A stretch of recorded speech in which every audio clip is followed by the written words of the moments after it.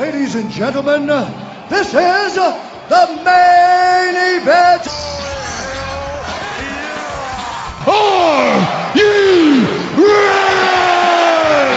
Oh, yeah! And now, coming to you from the .biz Radio Network on ProWrestling.biz and presented by Wrestling-News.net, it's Main Event Madness. Use the hashtag MEMLive on Twitter to connect with us during the show. And now, here are your hosts for tonight's show, John Curry and Mike Holland. You've been searching for a savior who's getting wrong. Idealize another prophet from dusk till dawn. Said I'd find him at the crossroads of here nor there, but the way he eclipsed the sky told me I'm heaven sent. And I've been thinking that maybe it's time to let him know that we're alive. Everybody, lift your hands to the sky. If you feel me, let them know that we will survive. Can you hear me?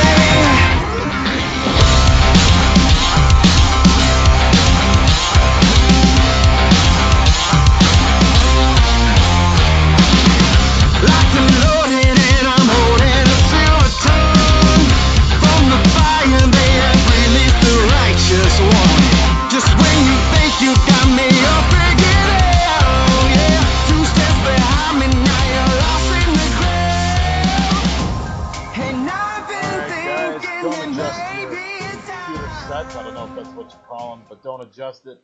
You aren't imagining things. Main Event Madness Radio is back. It is November 22nd, 2017, at least when we're recording. Hope you guys are all ready and excited for the Thanksgiving holiday. Appreciate you guys tuning in today. I have with me writers for TJRWrestling.net. First off, Mike Holland and Brandon Lasher. Gentlemen, first off, happy Thanksgiving to you guys. Yeah, happy You as Thanksgiving. well, Jeff. Ooh, same time. Happy Thanksgiving. Stereo. So it's been a pretty eventful week so far in the world of wrestling. Pretty newsworthy week as well. We're going to dive into that over the next little bit or so. Pretty good shows over the weekend, I have to say. And before I get into that, I want to, on a personal note, say thank you to a few people, and thank you to the listeners as a whole. We got over 11,000 listens to the entire show in our archive pages, which you guys can check out at maineventmadness.podbean.com. Since I really started uploading that, I want to say late summer, early fall, I started uploading that.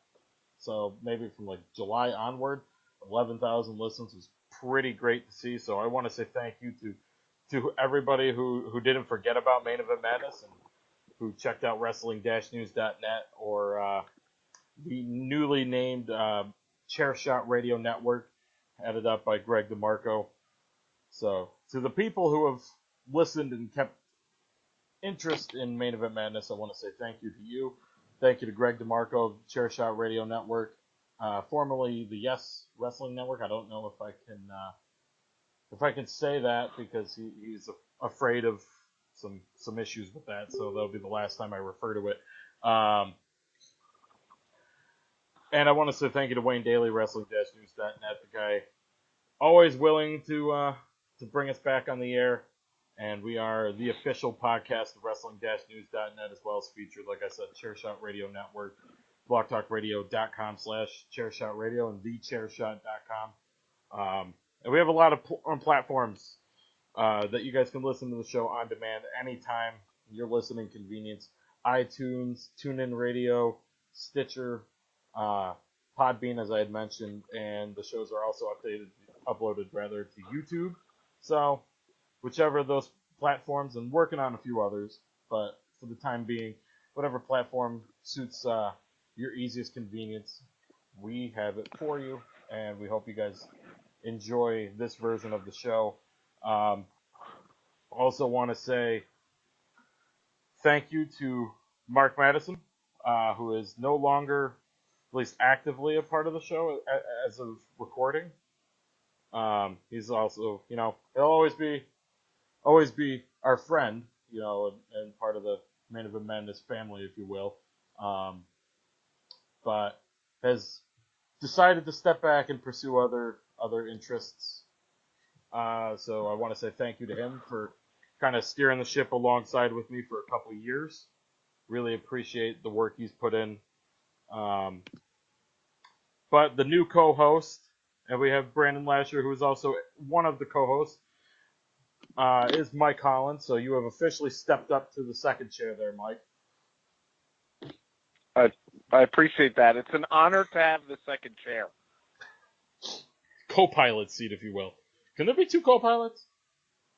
I think you can have two co-pilots. Sure. Yeah. That shit, why not? Why not? That's my fucking They did show, in the right? movie They did in the movie Airplane, right? They had two co-pilots. That's such a good Sure movie. they did. That is Wait, Brandon, so you mean to tell me you're Kareem Abdul-Jabbar? Sure, why not? I was trying to go for I will not call him Shirley. I was trying to go for Sorry, when that kid was like, hey, you're Kareem Abdul-Jabbar. No, I'm not, kid. Shut your fucking mouth. That mean you're a Peter Graves then, there, John? Hey, that's a compliment. I'll take that. So, nonetheless, all the thank yous and everything aside, moving onward to the matters at hand. And another thing, and I want to get you guys' thoughts on this. We got to take a Periscope. Periscope? Yeah. I'd like to try use it. I haven't had a chance to use it too much, but it'd be fun to kind of start using it. Yeah, we can definitely. I wanted to get you guys' thoughts about that. I kind of put you guys there, called you guys out there a little bit, but nonetheless, back to the matters at hand, and that is NXT TakeOver WarGames. I'll just get it right out there. The WarGames match itself, I might be one of the few people that thought this match was a WWE 2K video game come to life, and that mixed with a glorified clusterfuck. But I enjoyed it. I just thought it went a little too long. But if there weren't weapons in it, I thought the match would have been even more boring. Not saying it was boring, but you get what I mean. What do you think, Mike? I agree with a lot of what you said. I think that the concept of that match, to me, how much you enjoyed it probably directly related to your feelings on the changes made to it. Or maybe that's just me, but I feel like, unfortunately, WWE, sometimes when they do things, I totally get it, and, it's a product of the time. So it's certainly, if you're going to make adjustments to the classic match, it's understandable. I try very hard not to be one of those people that's like, oh, you changed something, now it's terrible. But I do think some of the adjustments they made the match better. Some of the adjustments they made did not. And that may play into kind of what you just said, John, because I think that, it had a lot to do with it both ways. So I understand why they did it. They wanted to put their own stamp on it. They wanted to modernize it a little bit, and that's understandable. But I feel like a lot of it was tied into that. I thought the talent level was certainly there for the match, so I don't have any argument that way. I guess my issues, as they were a little more to do with the, setup, if you will, than the actual execution of the match. What are your thoughts, Brandon?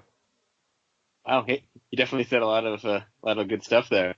Yeah, I did write about it as well too. And first of all, I feel really sorry for Alexander Wolf. Let's say that was pretty brutal.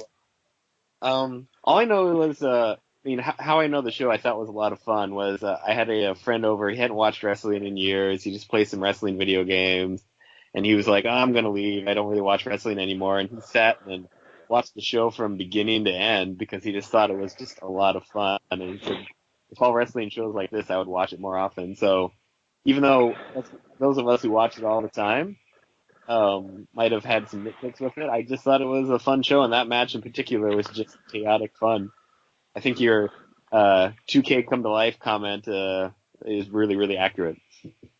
Yeah, there's just a lot of people going on, a lot of mayhem going on, all the weapons, and it literally reminded me of kind of like how I play WWE 2K. With all the weapons came in, they just went freaking bananas going over chair shots and then grabbing tables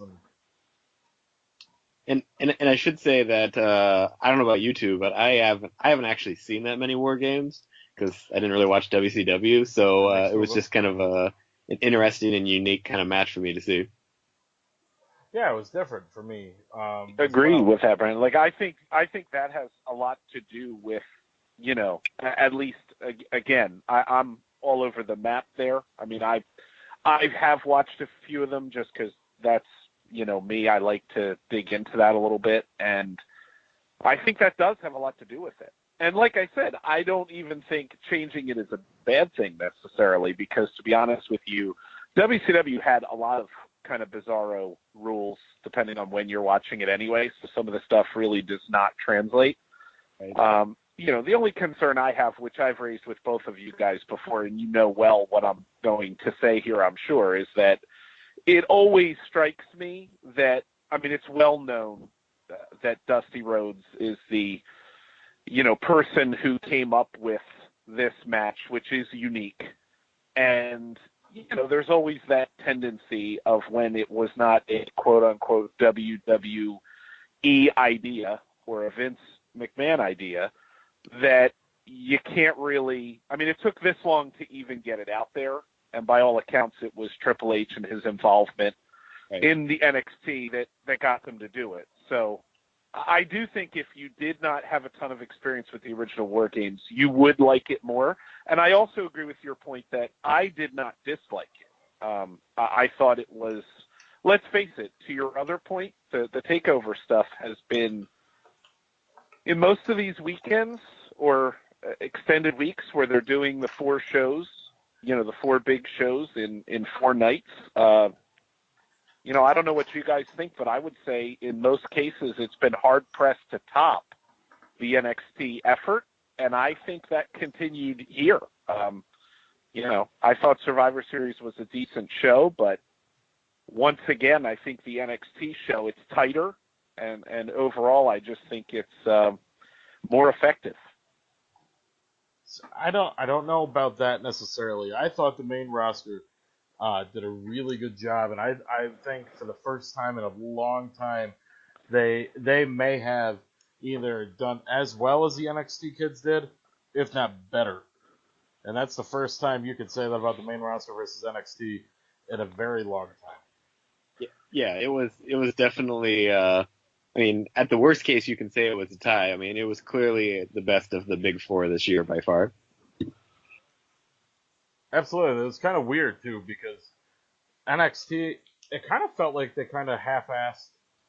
I mean, granted, they put towards what they had, but it felt like almost a little bit the NXT lineup was kind of half-assed in favor of not overshadowing the WWE pay-per-view the following day, kind of feeling like they knew the problem that they make for themselves and they wanted to try to eliminate that, unfortunately, at the expense of NXT and the NXT show. But the NXT crew still did a really good job, and I think another match you have to really talk about when you say making the most of it is Aleister Black,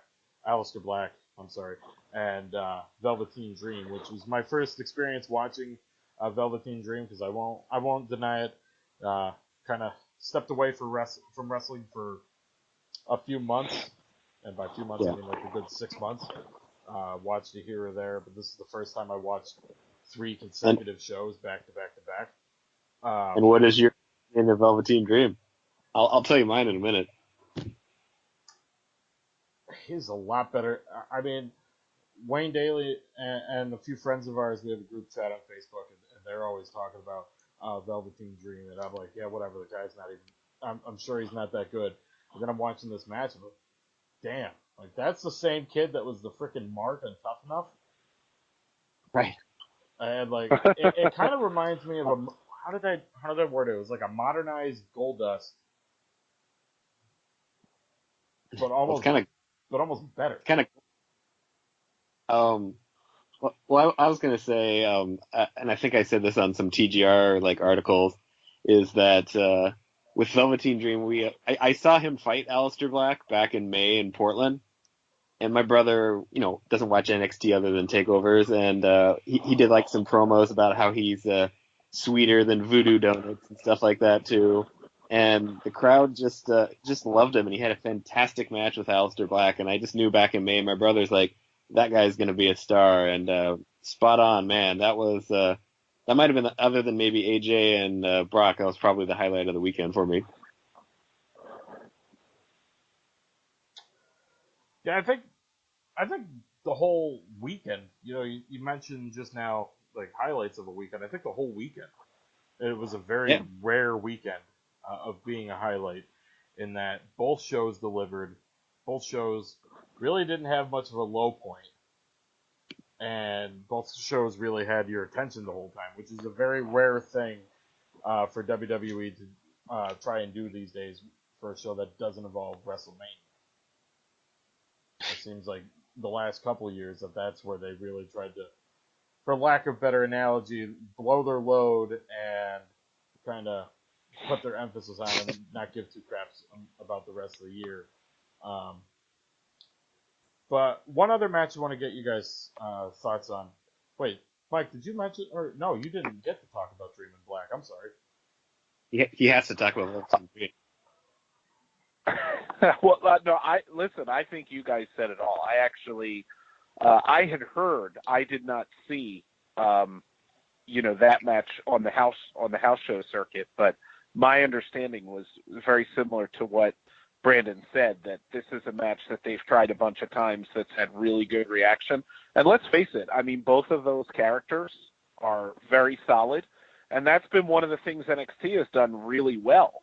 And it's kind of a little bit ironic considering that, wrestling has gotten more, I don't necessarily want to say the word realistic, but they've taken the character out of it a little bit and just made it, this guy against this guy. And I think that's good for the realistic angles, but I am a big fan in all of wrestling of the over-the-top stuff. And you brought up, Goldust, which I think is a natural comparison. And I think about how only in wrestling could, Dustin Rhodes become that character and go from something where people would say, this can't be, anything in entertainment that you could watch and enjoy. And it's fun. It's just the showmanship of wrestling, and I think it's a big part of what makes wrestling unique. And I hope that it's never lost. And I think to Brandon's point, it got quite the reaction, and that's what I like most about it. Is those guys did a great job, but it also harkens back to that other part of wrestling that I think people don't always talk about as much. It's great to see the athletic part of it. It's great to see two guys, or girls for that matter, do battle. But it's also good to see some of the fun stuff and some of the over-the-top characters in the presentation. And, I enjoyed it very much. I think you guys are quite right on that one. What's just funny to me, before we move on to the last match I want to talk about, is the NXT, like the hardcore NXT fans, like the ones that are at Full Sail every month, they get so pissed off when WWE tries to do these campy kind of skits or characters or anything, and then you get somebody like Velveteen Dream, yeah, we love you, and it's like, you can't hate one and then love the other, especially when Velveteen Dream's character is so out there. And by the way, somebody has to say it. Velveteen Dream's gimmicks of Say My Name, all I thought was American Pie. I'm sorry. I think you've just shown your age there, John. Does that mean I'm older or younger? Well, American Pie is what, almost 20 years ago. Yeah. Well, there's been like 15 of them, right? So. This is true. All right, so I guess that means I'm Yeah. starting to get old. It's okay. Sorry, John, it happens to all of us. It's okay. I quoted Airplane earlier, and that's a lot older than American Pie. It's a classic. I don't even care. Yeah, I don't care either. So, really quick, the only other match I wanted to touch on was the women's championship match. Ember Moon coming out over Kairi Sane. Kairi Sane? Is that Sane? Is that how you say it? Kairi Sane. Nikki Cross and Peyton Royce. Do you think they dropped the ball and they should have had Peyton Royce be champion? Especially with hindsight of the call-ups, and we'll talk about that later on. But do you think they kind of dropped the ball having a heel or having a babyface champion instead of having the babyface chase the heel? I'll go to Brandon first. Okay. I don't really have an issue with it. I mean, Ember definitely had great matches with Asuka and stuff like that too. And as much as I like Peyton Royce for many reasons, she definitely was the weakest of the four wrestlers there. So, I mean, I guess I could see the advantage of an obnoxious Peyton kind of bothering everyone, but I have no problems with Ember winning it. And then you still have really good matchups with Nikki or Kairi Sane as well. What do you think, Mike? Yeah, I would agree. I think the way that they've told the Ember Moon story has been very good. As far as like her personal battle to kind of get to that point and whether she was going to get over the top, it's very good storytelling, which I think sometimes doesn't get, as far as the way it should with the main roster. And in terms of the overall, content of the match, I mean, let's face it, to your point that you brought up, John, they're calling up quite a few of these people. A lot of the ladies are getting called up now, and there could be various reasons for that. There's the rumors of, the Royal Rumble and whatnot and what they may do. But, it's always tough because I think, as you see with the main roster, the way it's composed right now, the reality is, and I don't mean any kind of, please send the hate tweets if you wish, but I don't mean any sexism towards it. There's many reasons why, women get called up to the main roster. And I think WWE has always struggled with trying to figure out what exactly they're looking for. And I hope that the way they handled Asuka is, a harbinger of what they're planning on doing, because the talent is unbelievable. I mean, I agree with Brandon that I think if you were ranking them in terms of who did the best work in that match, it's pretty clear. But the fact that there's so many of these women getting called up to the roster in such short order in something that's already very deep, I think is very exciting. But as always, I'm cautious as well because, we've seen this before. So I thought the match was good. I thought it told a good story. I'm okay with the result, but I'm cautiously optimistic about the overall division with all of the moving and shaking, let's say, that's going on there. Yeah, they always kind of seem like they for like 5 minutes try to act like they know what they want to do with the women's division, and then they immediately forget. They're like, oh, we have to schedule them for 15 minutes? Thought it said 5 minutes. Oh, okay. So it's good to see. The report I saw earlier was that apparently it was because McMahon thought it was Ryan Setton, I think, that did the report. Was that McMahon thought the women's rosters were stale? I was like, you don't say. Oh, you mean having the same 6 women on SmackDown fight each other over and over again? Yeah, and switching one woman at the shakeup, that's gonna help things. And then I think they realized their mistake when they brought Asuka to Raw and realized, oh shit, we already did these matches already, didn't we? Yeah. So it'd be nice to see. That's kind of Oh, good. I know we're talking about the NXT show, but that's part of what made Survivor Series kind of hilarious to me is that there's all these matches to find out who's going to be representing the women, and to Brandon's point, it's essentially we've been watching elimination matches or 5-on-5 tags, and that seems to be their way of handling the division. It's just, putting all the people in the ring together and seeing what happens. So I will say, look, I mean, without getting too far ahead, what they did on Raw and SmackDown definitely shook things up in quite an interesting way. But I do agree with you, John. I mean, again, I've said this to you before many times on the show that, they have to do it consistently until I'm convinced. And I feel like the attention span is the issue. I think they're trying to go in many directions all at once. And I understand that. That's going to happen as part of this business. But I would appreciate, and I think any fan of women's wrestling would appreciate, a little more depth to some of these characters, as seems to happen with their male counterparts.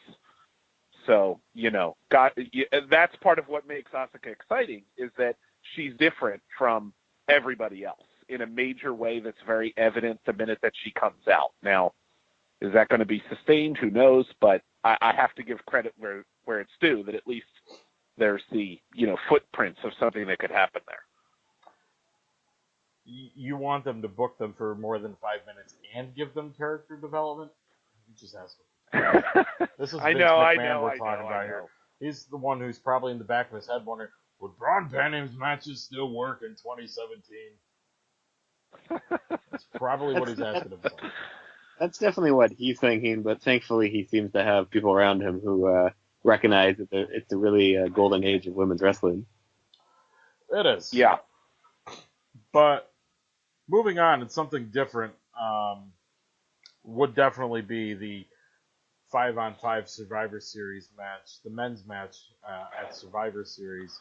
And by different, I mean the ending of it. Which I love all the memes with Braun Strowman's confused look on his face with Triple H. Makes sense. But I'm gonna go Mike first and then Brandon. But really quick, I love that the young upstarts Randy Orton and John Cena really got, Randy Orton and Kurt Angle really got the nice rubs that they did. Those rookies, I got a good feeling about them. I think they're going to do good. You think they're going places? I think they got a good shot. Good future. But a friend of mine, I forgot who said it best. The men's match was nothing more than Triple H wanting to play with his NXT toys and be in the ring with them. And he was in the ring with all of them at one point or another, except Finn Balor. He was, yeah. But I love the headlines. Triple H screws over Kurt Angle to defeat Shane McMahon. I'm like, I love this 2001 headline in 2017. Do you think I'll let you get your thoughts on the whole match, but I just want to know your guys' opinion. Do you think they dropped the ball, letting the newer stars shine, or do you think they did the right thing? You want to go first, Brennan? Sure. Man, I'm really kind of mixed on it. I mean, Triple H truly is the Dr. Jekyll, Mr. Hyde, right? I mean, his NXT personality is amazing, and how he runs NXT is amazing. And then every time he shows up in the main roster, he kind of throws himself right into the. I mean, it seems like what they're kind of pushing is one, a Triple H Kurt Angle match, which I guess would be good, but we've seen it before. And a Triple H Braun Strowman match, which is well, great, but Braun Strowman probably should be your world champion, fighting in those sort of feuds as well too. So I don't know why we have to bring back Triple H every year. He hogs the glory for a while, and then he loses at WrestleMania. It's just a little tired of the pattern.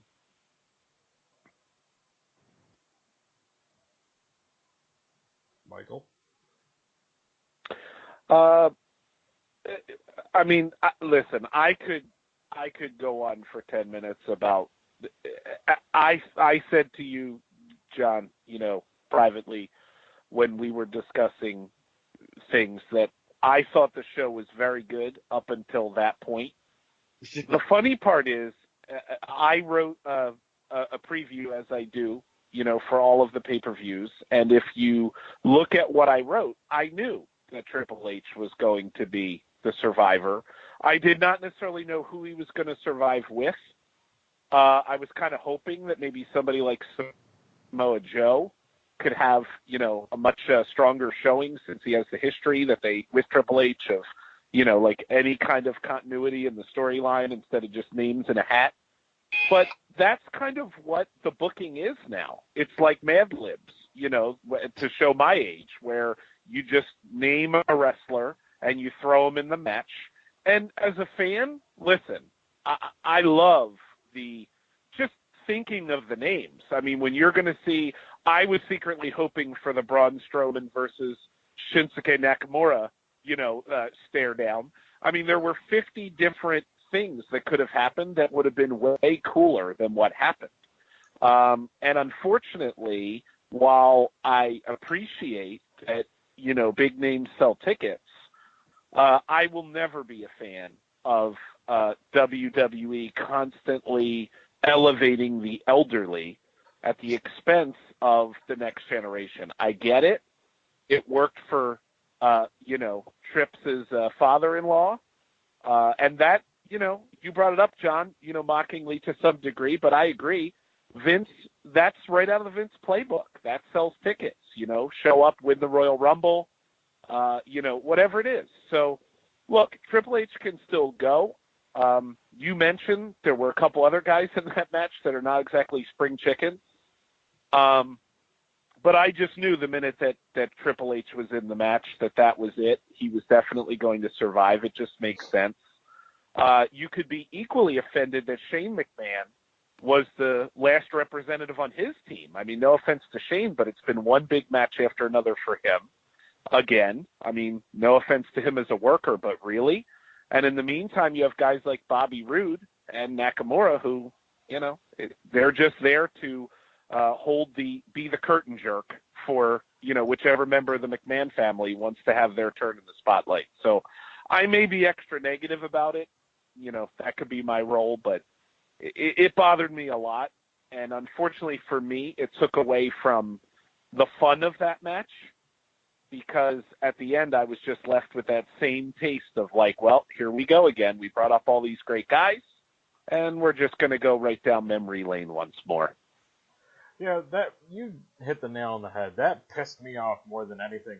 That Shinsuke Nakamura and Bobby Roode go after Braun Strowman, and they're laid out in like 5 seconds. And then Shane McMahon comes in, and all of a sudden, 50-year-old Shane McMahon's supposed to be the one that can take down Braun Strowman. And it just, the only nice thing is that the only person under the age of 35 gets 60% of the eliminations.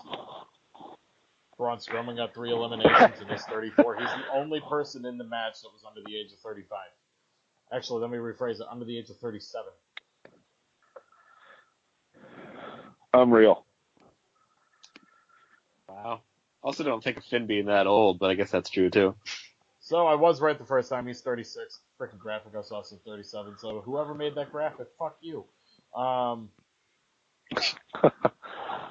So one match that, and we touched on it with the NXT show, is that matches that kind of blew our expectations, and seeing Brock sell as much as he did against AJ Styles, I was into that match. Like I was hoping, he would at least not tap out, but there would be like some kind of ultimate finish where like no contest or disqualification or something, so not one champion had to take a fall.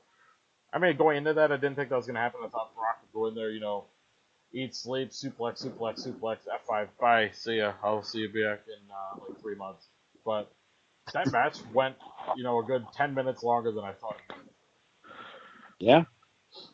I was just going to say that I think we need to finally decide that if AJ Styles is in the match, it's just going to be really good. We just have to accept that, because I can't think of anyone who's had consistently great matches like every single time he fights out there. And it's just really cool that, as you said, that Brock actually decides, hey, I'm going to work with the best wrestler in the WWE, maybe the world, and put on a really great match too. So kudos to Brock for actually, caring. What do you got, Mike? I would agree with that. I mean, I think AJ is the MVP of the entire company as far as I'm concerned, for the reasons that Brandon said very well. I'm not a fan of Lesnar's latest incarnation. I think the matches have been poor. They're going for that kind of big fight MMA thing, and I get it, but it just doesn't work with the way that they set it up. And even when they've had cool opportunities like Strowman, once you get over that visual of those two guys staring each other down, it's a bunch of rest holds and boredom for me. So AJ is capable of taking anybody to a great match. Lesnar is a good wrestler. I don't want to come across as a Lesnar hater, but I think what Brandon said is very true, which is basically like AJ's just at that point where if you're in the match with him, you're going to do better by default. And I do think there is some element of Brock where, listen, if he's fighting a guy that's much different than him in size, any of that, you got to tell a story that works. You can't have a guy that's, half the height of somebody, doing all these crazy moves and the guy can't react. It's like a cartoon. But when you tell that story effectively, as WWE did many times with guys much smaller than AJ Styles, like Rey Mysterio, for example, you can really tell an awesome story. And to me, that match was an awesome story. It was a simple story, but it was very well told. And both of those guys are professionals, and that's how it should be. I think that it's goofy when you have the champ versus champ because the belts aren't on the line, and it's Raw versus SmackDown bragging rights. Like, really, does anyone care? But those two guys fought like it did matter, and I give them total credit for that. And I was completely interested in the entire. There was no moment where I was like, oh, yeah, it's just another Brock Lesnar match. So great job. And like I said, I think it just adds to the legend of AJ Styles, who since coming to the WWE has just been, well, I don't want to say, phenomenal, be too easy. Just did. Yeah, I just did. But, I see what I did there.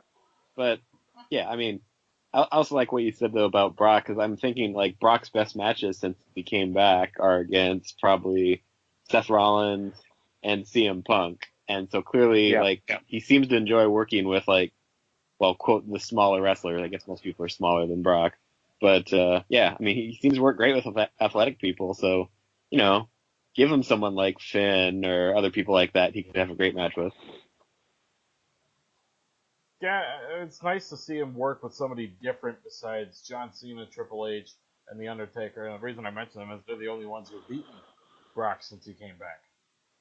I don't count Rollins because he pinned Reigns, but just wait a while. Reigns will beat him. Yeah. I can hear you know your what's going excitement. to happen too, right? Reigns is going to fucking pin him in Absolutely. like 30 seconds. 30-second beat. He's going to beat him like Goldberg did. I kind of think that's what they're going to do. No, I think they're going to have a back and forth match a little bit, and then Lesnar will hit that F5 that they've been protecting, and then he'll kick out of it, and we'll all pretend to be stunned.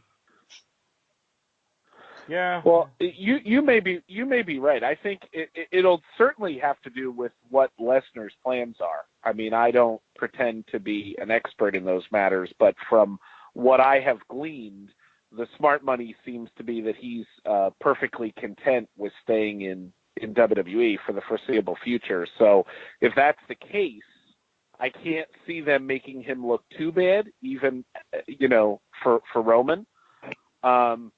If he's leaving, then all bets are off. Then I think at that point you do what you want to do. But it'll be interesting because I don't really know how you book Lesnar as a part-time person once he doesn't have the belt. I mean, I think that whole thing only works if he's going to show up and defend the title And, otherwise, why bother? I mean, I guess you can do the special attraction kind of matches, but they don't really have too many of those left in the tank.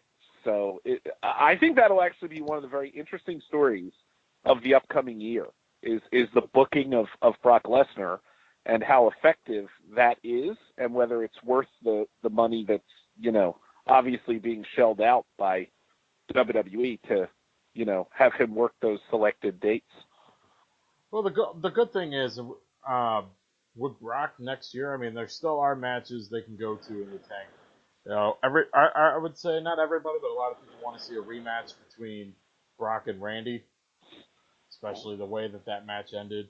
I think Brock and Baron Corbin would be a good match.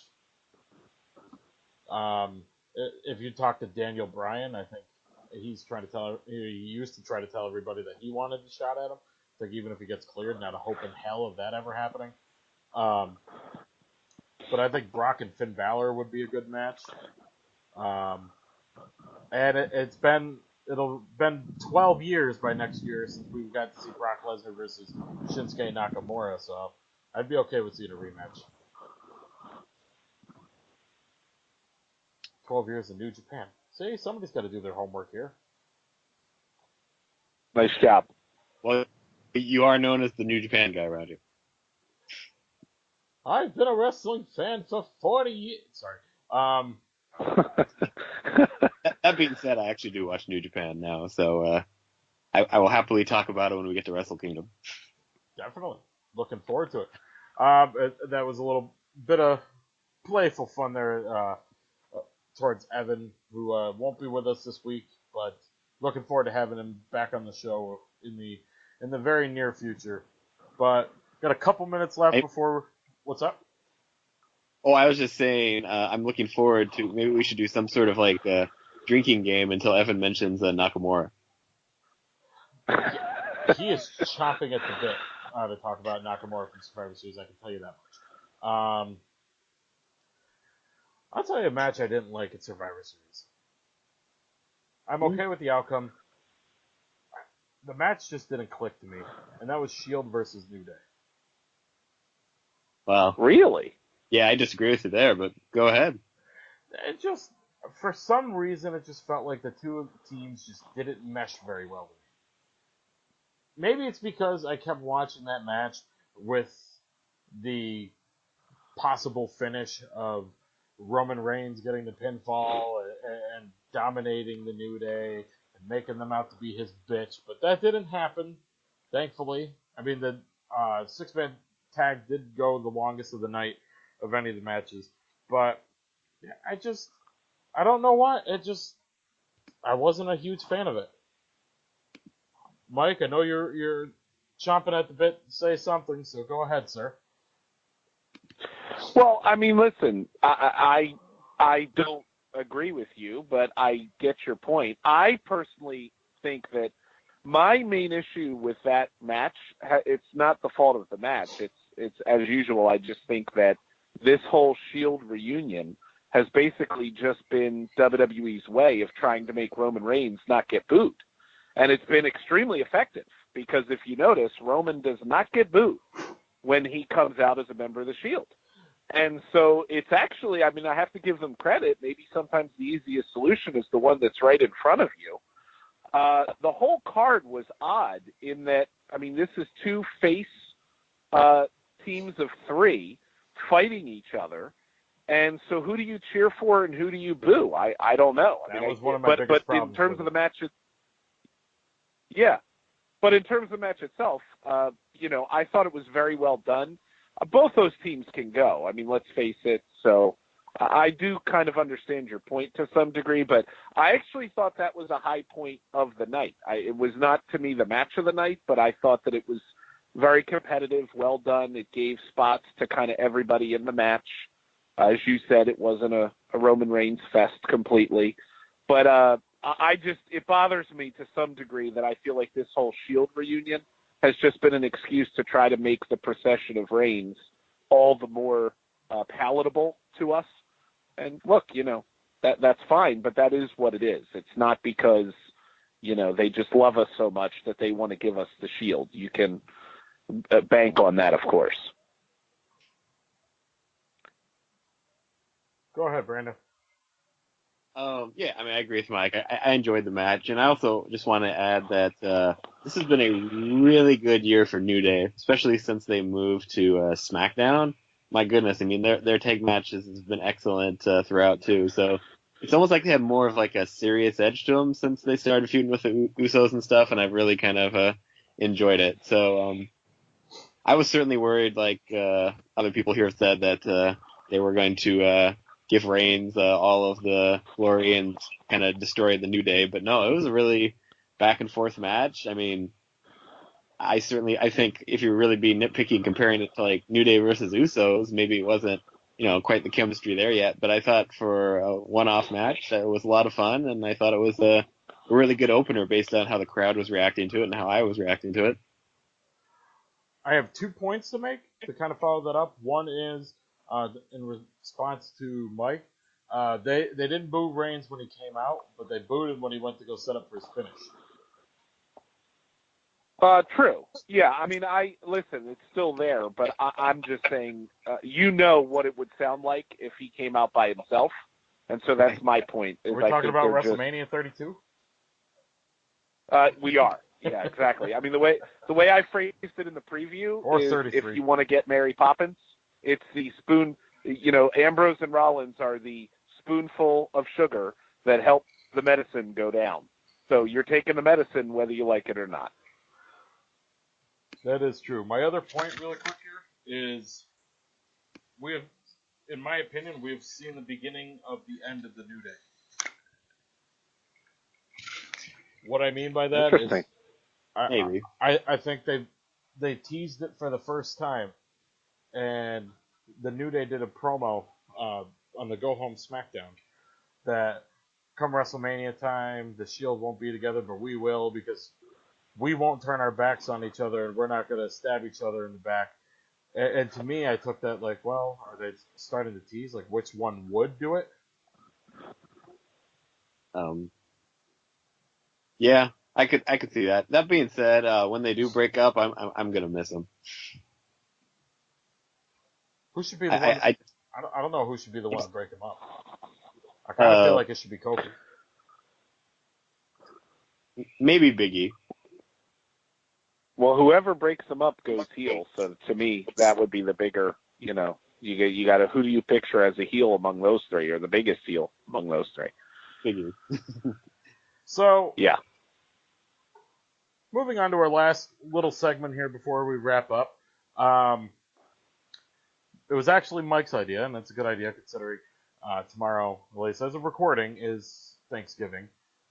And that is, what are we thankful for this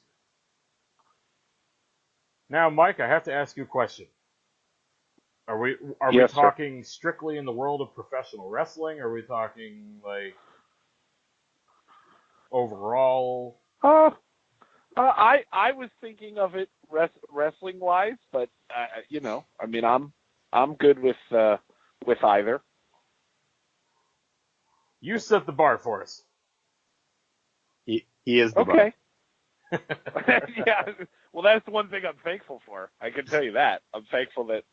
No, listen. I think for me personally, sometimes I do get somewhat negative when discussing the current product. I recognize that. So, I just thought it'd be kind of cool to come up with something that that we as a wrestling fan could be thankful for. And I will say that for me, one thing that I am 100% thankful for, which I never thought that I would ever say, is I am 100% thankful for the continued existence, although now it's going to be on hold again, of The Miz.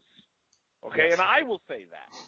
I mean, the story of The Miz getting to where he's at right now from where he started is unbelievable to me. And I never would have thought that he would be such an effective character for the duration that he is. And it was cemented home again this past Monday, when they had him do the job to, of course, Roman to, give him the Grand Slam. And, even when you know it's coming, he just does a tremendous job. So I'm thankful, unbelievably, for The Miz. I am not thankful for the movies that he makes, so I'm just going to say, please, if you could stop with those movies, that would be perfect. But other than the movies, everything else, I'm thankful for The Miz. Brandon, what are you thankful for? Well, first of all, I can't believe that Mike doesn't want to see Becky Lynch in the Marine 6. I hope Shawn Michaels is a villain. Thankful for, man, there's a couple of things I could choose, but I guess I'll start with one right now. For this year in wrestling, I'm pretty thankful for in the WWE and especially tag team wrestling. Man, I think this has been one of their, even though they don't have a lot of teams, I think this has been one of their most exciting years for tag team wrestling. I mean, the Usos versus New Day has been one of my favorite feuds of the entire year by far. Having the revival, especially a lot of their shows in NXT with Ciampa and Gargano. The Bar, I mean, my goodness, I actually really like Sheamus this year because he's working so great with Cesaro and having great matches with Rollins and Ambrose. I mean, almost every single show, even if the show was bad, the pay-per-view, the tag team wrestling has been pretty good. I mean, obviously, some injuries kind of derailed a couple teams, but it was just a really fun year for tag team wrestling, and I hope that's something that they keep paying attention to and build on it. Absolutely. And I'm excited for the Revival to come back. Apparently, they're only a few weeks away from being back on TV. I didn't mean to cut you off, Mike. Oh. No, I was just saying that was good. And John, be fair, you're mostly excited that the Bludgeon Brothers finally debuted. Okay, come on. Oh, fuck you, yeah, the Bludgeon Brothers. I was also going to add in, since you're not watching NXT a lot there, John, I really enjoy the Street Profits. So pay attention to them. They're pretty fun. I've heard good things about them. Yeah, and it's a lot like Gable and Jason Jordan, where it's like two people who've just been stuck in the performance center for a long time, finding kind of fun things to do. So I think there's some fun tag teams that'll be joining the main roster soon. Definitely looking forward to that. All right, so I have to say, thankful for the world of pro wrestling. Even though I didn't watch every week, I am thankful for 7 months of no Stephanie. I guess that counts as positive. Oh my god! And then I watched last week, and she's back. Oh, look at that! She's tearing down everybody she's in the ring with. Glad that she's still putting somebody over. Oh right, herself. But I thought that was a fun exchange between her and Roman, and definitely got Roman probably his biggest pop of the night. But nonetheless, guys, with all that in mind, happy Thanksgiving. Hope you guys enjoy your holiday. Brandon, take it easy, man. Enjoy your holiday. I know you're getting ready to head off in a second. Sure. I'm glad I was able to do the first show and look forward to doing a lot more in the weeks and months to come. Absolutely. Hopefully we're back to stick around this time. I'm trying to be optimistic with it. So, with that in mind, Mike, everybody, have a happy Thanksgiving, and we'll see you back here in a few days. We'll have another episode dropping for you guys here. So, like I said, the ChairShot Radio Network, blogtalkradio.com/ChairShotRadio, thechairshot.com. That's thechairshot.com. Also, check out wrestling-news.net for all your latest wrestling news, as well as checking out Main Event Madness anytime on demand there. And don't forget to subscribe to us on the ChairShot Radio Network on iTunes, and check us out. A lot of people like listen and tune in radio on their phones or different devices. You can check us out there, podbean.com, as well as YouTube and Stitcher.